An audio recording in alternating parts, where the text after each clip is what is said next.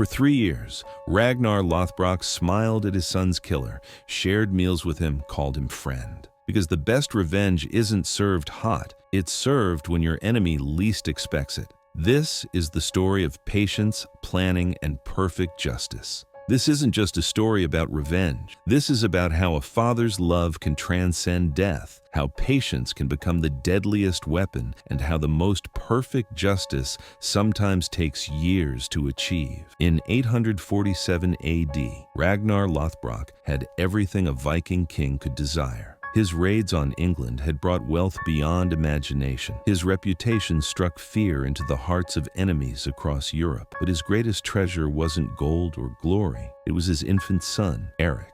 Born during the height of Ragnar's power, little Erik represented the future of the Lothbrok dynasty. With his father's ice-blue eyes and his mother's gentle spirit, the child was beloved not just by his parents, but by the entire kingdom. When the call came for another English campaign, Ragnar faced the hardest decision of his life: stay home with his newborn son, or lead his warriors to maintain the fear and respect that kept his kingdom safe. The choice seemed simple. A few months away would secure years of safety for his family. He kissed his wife goodbye, held his infant son one last time, and sailed for England with his most trusted warriors. He had no idea he was leaving his child in the hands of a killer. The message reached Ragnar in the middle of his English campaign. Your son is dead.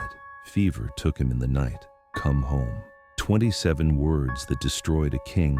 27 words that would eventually destroy the man who wrote them. But Ragnar didn't know that yet. All he knew was that his world had ended while he was 1,000 miles away, playing politics with English kings. Vikings! Before we witness how a father's love becomes perfect justice, help us honor fallen warriors by building our brotherhood. Smash that subscribe button and ring the bell. We're marching toward 100,000 Vikings. Comment Father's Justice. If you believe some betrayals deserve years of planning, let's see how many understand that the best revenge requires patience. Ragnar's return to Kattegat was the homecoming of a broken man. His long, blonde, braided hair hung limp with grief, his piercing ice-blue eyes dulled by loss, his massive frame seeming somehow smaller as he stood over his son's tiny grave. The entire kingdom mourned with their king. Warriors who had never shown emotion wept openly. The child who had represented their future was gone, taken by what seemed like cruel fate. But one man's tears seemed especially genuine.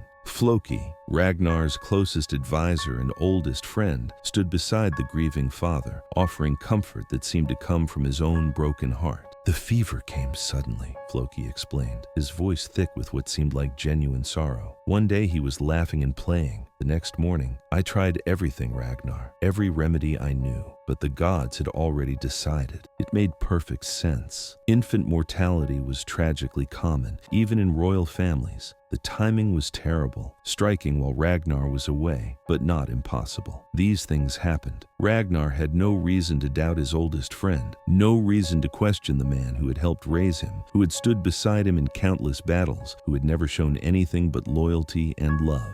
Floki's grief seemed as real as Ragnar's own. He spoke of the child with genuine affection, shared memories that only someone who truly loved Erik could have. His pain appeared authentic, his regret devastating. When Ragnar raged at the gods, Floki raged with him. When Ragnar questioned why fate had been so cruel, Floki had no answers, because the best lies contain no explanations, only shared confusion. For weeks, Floki comforted his king. He organized the funeral, handled the kingdom's affairs, and never once showed anything but perfect loyalty to the man whose child he had murdered. Slowly, with Floki's constant support, Ragnar began to function again. The advisor became indispensable, handling diplomatic matters, organizing raids, managing the day-to-day operations that kept the kingdom running while its king learned to live with loss. Their friendship seemed stronger than ever. Shared grief had bonded them in ways that shared victory never could.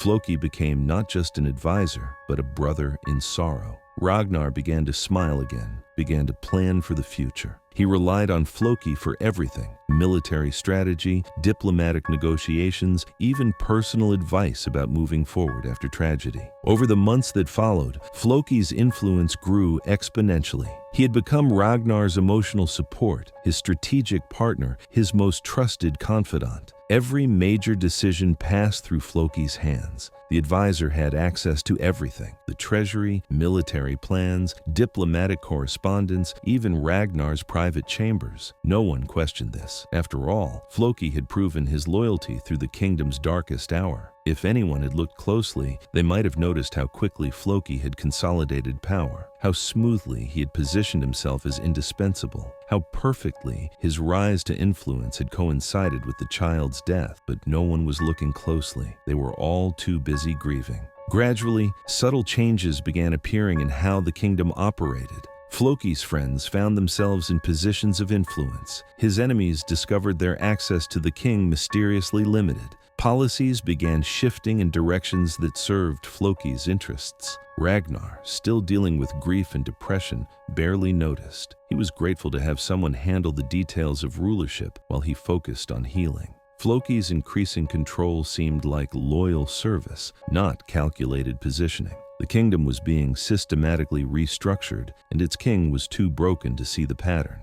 Every change was presented as necessary for efficiency, for the kingdom's good, for helping their grieving ruler. It was a masterpiece of political manipulation, executed by someone who understood exactly how grief could blind even the most intelligent leader to betrayal. 3 years after Erik's death, a young servant girl named Astrid approached Ragnar with trembling hands and terrified eyes. She had been Erik's nursemaid, present during his final hours, and her silence had been bought with threats and gold. But guilt was a poison stronger than fear, and watching Ragnar trust his son's killer had finally broken her resolve. "My lord," she whispered, "there's something about Prince Erik's death, something I should have told you 3 years ago." Astrid's testimony shattered Ragnar's world more completely than his son's death had. The child hadn't died of fever. He had been poisoned, deliberately, methodically, by someone who had access to the royal chambers and knowledge of deadly herbs. "I saw him," Astrid whispered. "I saw Floki give the prince something to drink, said it would help him sleep, but within hours, the prince was burning with fever, convulsing. It wasn't natural, my lord. It was murder." The servant girl had kept silent because Floki had threatened her family, promised their deaths if she ever spoke. But 3 years of watching him prosper while an innocent child lay dead had become unbearable. As Astrid spoke, pieces began falling into place in Ragnar's mind. Floki's rapid consolidation of power, his friend's advancement,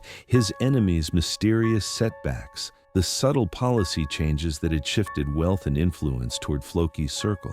Erik's death hadn't been random tragedy. It had been calculated murder designed to exploit Ragnar's grief and create a power vacuum. While the king mourned, the advisor had systematically taken control of everything that mattered. The child's murder was just the first step in a coup so subtle, so perfectly executed that even Ragnar had been completely fooled. The rage that filled Ragnar was unlike anything he had ever experienced. It wasn't the berserker fury of battle or the anger of political betrayal. This was something deeper, colder, more deadly, the absolute wrath of a father discovering his child's murderer. But Ragnar was a king before he was a father, and kings who survived learned to control their emotions. Showing his knowledge now would give Floki time to escape, to cover his tracks, to potentially harm others. So Ragnar did the hardest thing he had ever done in his life. He smiled at his son's killer and pretended nothing had changed. From that moment forward, every interaction with Floki became a performance that would have impressed the greatest actors. Ragnar had to maintain their friendship, continue trusting him with important matters, share meals and conversations as if nothing had changed. He had to watch Floki enjoy the life he had built on a murdered child's grave, had to listen to him speak fondly of Erik, knowing those memories were tainted with the killer's satisfaction at his perfect crime. Every smile was agony. Every shared laugh was torture. Every moment of apparent friendship was actually reconnaissance as Ragnar began planning justice that would match the crime's calculated cruelty. Ragnar's plan began forming with the same methodical precision that Floki had used to murder Erik. It would be patient, subtle, and absolutely devastating. More importantly, it would ensure that everyone, including Floki, understood exactly why justice was being served. The revenge would have to be public enough to send a message, creative enough to match the crime's betrayal, and complete enough to satisfy a father's broken heart. It would take time to arrange, resources to coordinate, and perfect timing to execute. But Ragnar had something Floki didn't expect: the ability to be patient when the stakes were high enough, and nothing had ever been higher than this. Legendary Vikings! Ragnar just discovered his son's killer has been his trusted friend for 3 years. If this betrayal makes your blood boil, smash that like button right now. Comment your prediction. How should Ragnar deliver justice to a child killer? Share this story with warriors who understand that some betrayals require perfect revenge. 6 months after learning the truth, Ragnar announced a special feast to commemorate Erik's 4th birthday. The birthday the child would never see. It would be a celebration of his life, Ragnar explained, not a mourning of his death. Floki was, naturally, the guest of honor. After all, he had been so supportive during the kingdom's darkest hour. He deserved recognition for his loyalty, his friendship, his unwavering dedication to both king and kingdom. The feast would be held in the great hall, with the entire court present. It would be a night of storytelling, remembrance, and honoring those who had helped Ragnar survive his greatest loss. Floki accepted the invitation with pleasure, never suspecting he was walking into the most elaborate trap ever constructed by a grieving father. The great hall of Kattegat had never been more magnificent. Every noble, every warrior, every person of importance in the kingdom was present. The feast tables groaned under the weight of the finest foods, the rarest wines, the most expensive delicacies. At the high table, Ragnar sat beside Floki, their friendship on full display for the assembled court. They laughed together, shared memories, raised toasts to fallen heroes and bright futures. To any observer, this was simply a king honoring his most loyal advisor while commemorating his lost son. No one could have guessed they were witnessing the final act of a 3-year investigation into child murder. As the evening reached its peak, Ragnar stood to address the assembled court. His voice carried clearly across the hall as he spoke of friendship, loyalty, and the bonds that held kingdoms together through good times and bad. "Tonight, I want to honor the man who stood beside me during my darkest hour," Ragnar announced. "When I lost my son, when grief threatened to destroy me, one person never wavered in his support. Floki, my oldest friend, my most trusted advisor, the man who held this kingdom together when I could barely hold myself together." The hall erupted in applause. Floki beamed with pride, accepting the recognition he felt he deserved. This was his moment of triumph, the public acknowledgement of his indispensable value to king and kingdom. He had no idea it was also his funeral. Ragnar called for a special wine, reserved for only the most important occasions. It was poured into 2 identical cups, one for the king, one for his honored guest. The symbolism was perfect, sharing the finest wine between the closest friends. To loyalty, Ragnar raised his cup, looking directly into Floki's eyes. To friendship that survives every test, to bonds that death itself cannot break. Floki raised his own cup, moved by the emotion in his king's voice. "To Erik," he added, "who brought us together in grief and keeps us together in memory." They drank deeply, the sweet wine warming their throats. Around them, the court cheered this display of perfect friendship between king and advisor. Only one person in the hall knew that one of those cups contained the same poison that had killed a 3-year-old child. At first, Floki felt nothing but satisfaction. The wine was excellent, the praise was gratifying, and his position seemed more secure than ever. But gradually, a familiar burning began in his stomach, familiar because he had seen its effects 3 years ago. As the poison began taking hold, Ragnar's voice carried clearly across the suddenly quiet hall. The interesting thing about certain poisons, my friend, is how precisely they replicate the symptoms of natural illness: fever, convulsions, the appearance of sudden sickness striking an otherwise healthy person. Floki's cup dropped from nerveless fingers. His eyes met Ragnar's, and in those ice-blue depths, he saw not friendship, but the absolute certainty of justice finally arrived.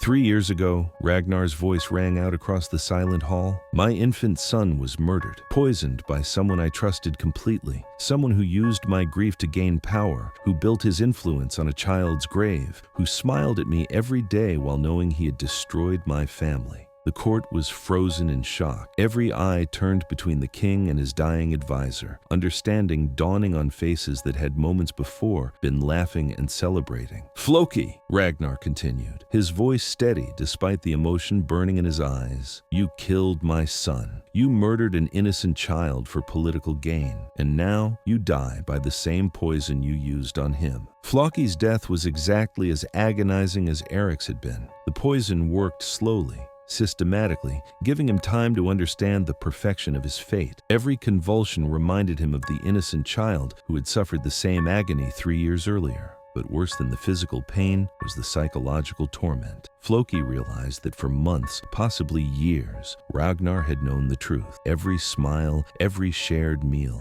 every moment of apparent friendship had been carefully calculated performance. He had been outplayed by a master, and his punishment was as elegant as it was brutal. The assembled court watched in fascinated horror as justice played out before their eyes. This wasn't the hot revenge of battle or the quick execution of traditional punishment. This was something far more sophisticated, the patient, calculated justice of a king who understood that some crimes deserved special attention. Whispers ran through the hall as people realized the implications. Ragnar had maintained perfect composure for years while planning this moment. He had turned his most trusted advisor's greatest strength, his access and influence, into the very trap that would destroy him. This was kingship at its most ruthless and most brilliant. As the poison reached its final stages, Floki managed to gasp out his confession. Perhaps it was guilt, perhaps the hope for some mercy in the afterlife, or perhaps simply the need to acknowledge his opponent's superior strategy. I did it," he whispered, his voice barely audible in the silent hall. "I killed Erik. I wanted power. I thought you would never discover." His admission confirmed what everyone already knew, but hearing it from his own lips completed the perfect symmetry of the moment. The child killer was dying by his own methods, confessing his crimes in front of the entire kingdom. As Floki's life ebbed away, Ragnar spoke his final words to the dying man. "You took 3 years from my son's life. I took 3 years to plan your death. You used poison because you were too cowardly for honest battle. You die by poison because you deserve no warrior's death. But most importantly," Ragnar continued, his voice carrying absolute authority, "you die knowing that I am a better player of your own game than you ever were. You played politics with a child's life. I played politics with yours. Guess who won?"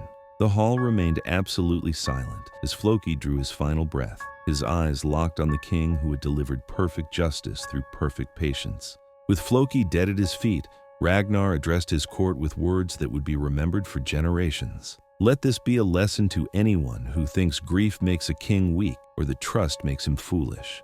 I will wait as long as necessary for justice. I will smile at my enemies while planning their doom, and I will never, ever forget a wrong done to my family."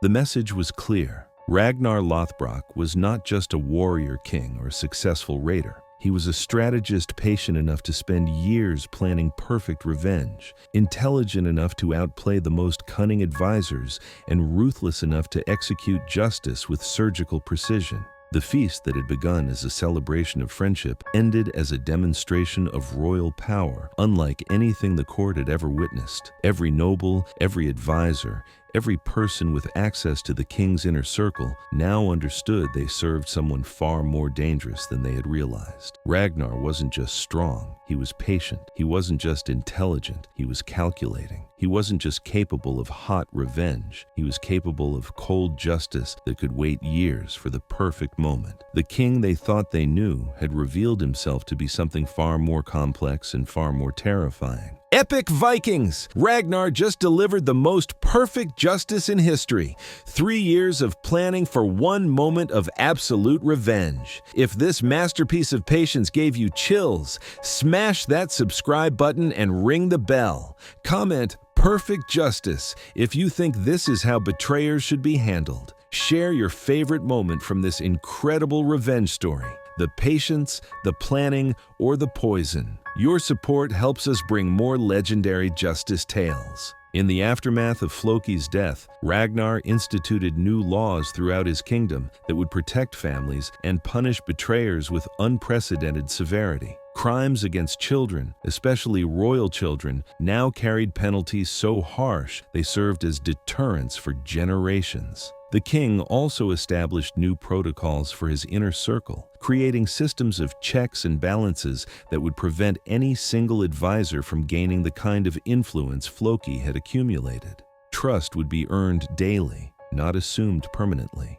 These changes transformed not just Ragnar's kingdom, but influenced legal codes throughout Viking territories as other rulers recognized the wisdom of protecting their own families through legislative deterrence. Word of Ragnar's 3-year revenge spread across medieval Europe, establishing him as not just a great warrior, but as a master of strategic thinking who could plan justice with the same precision he planned military campaigns. Enemy kings began to fear him not just for his battle prowess, but for his ability to wait, to plan, to strike at exactly the right moment with devastating effectiveness. Potential betrayers thought twice about crossing someone who had demonstrated such perfect patience in pursuit of justice. The story became a cautionary tale told in courts from England to Constantinople. Never assume that a grieving king is a weak king, and never underestimate the memory of a father seeking justice for his murdered child. With Floki's death,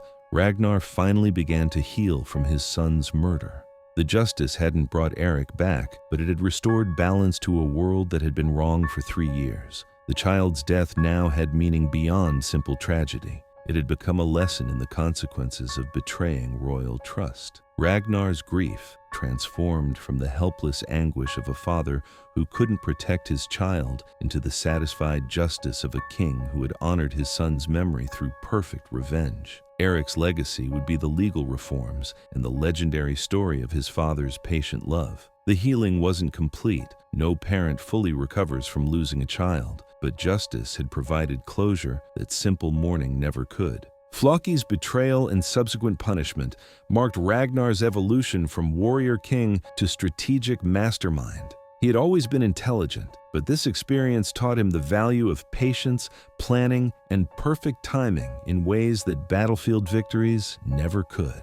His approach to kingship became more sophisticated, his decision-making more calculated, his trust more carefully given. The king, who had once relied on strength and charisma, now added layers of strategic thinking that made him nearly impossible to outmaneuver. This transformation would serve him well in future conflicts, as enemies discovered they faced not just a great warrior, but a master strategist who could think years ahead of their own planning. Ragnar commissioned a memorial to Erik that would stand for centuries, not just a stone marker, but a complete transformation of how royal children were protected throughout Viking territories. The child's short life had inspired legal innovations that would save countless other children. Every year on Erik's birthday, Ragnar held a feast not of mourning, but of celebration, honoring the son whose death had made his father a better king, whose memory had inspired justice reforms, whose legacy lived on in the protection offered to future generations. The 3-year-old, who had lived only briefly, had achieved a kind of immortality through his father's love and his killer's perfect punishment. Norse poets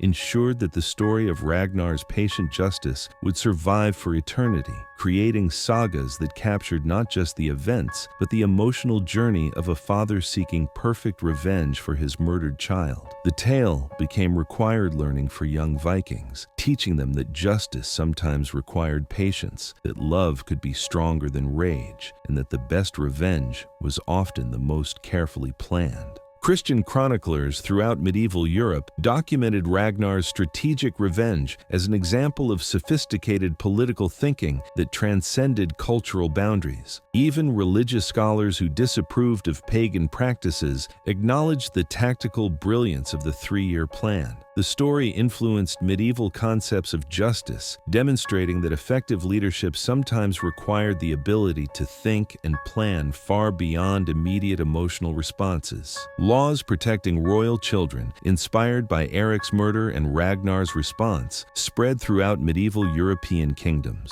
Christian and pagan rulers alike recognized the wisdom of establishing severe penalties for crimes against royal families. The 3-year-old's death had inadvertently created legal protections that would save countless other children throughout medieval Europe. From the tragedy of an innocent child's murder emerged eternal truth about the power of patient love and perfect justice. Ragnar Lothbrok had proven that sometimes the greatest strength isn't immediate rage, but the ability to wait for the perfect moment to honor a child's memory. Erik's death had taught his father that kingship meant more than conquest. It meant protecting the innocent and ensuring that justice, however long delayed, would always find its target. The child who lived only 3 years had inspired changes that would protect children for centuries. In the halls of Valhalla, where father and son were eventually reunited, even the gods acknowledged the perfection of justice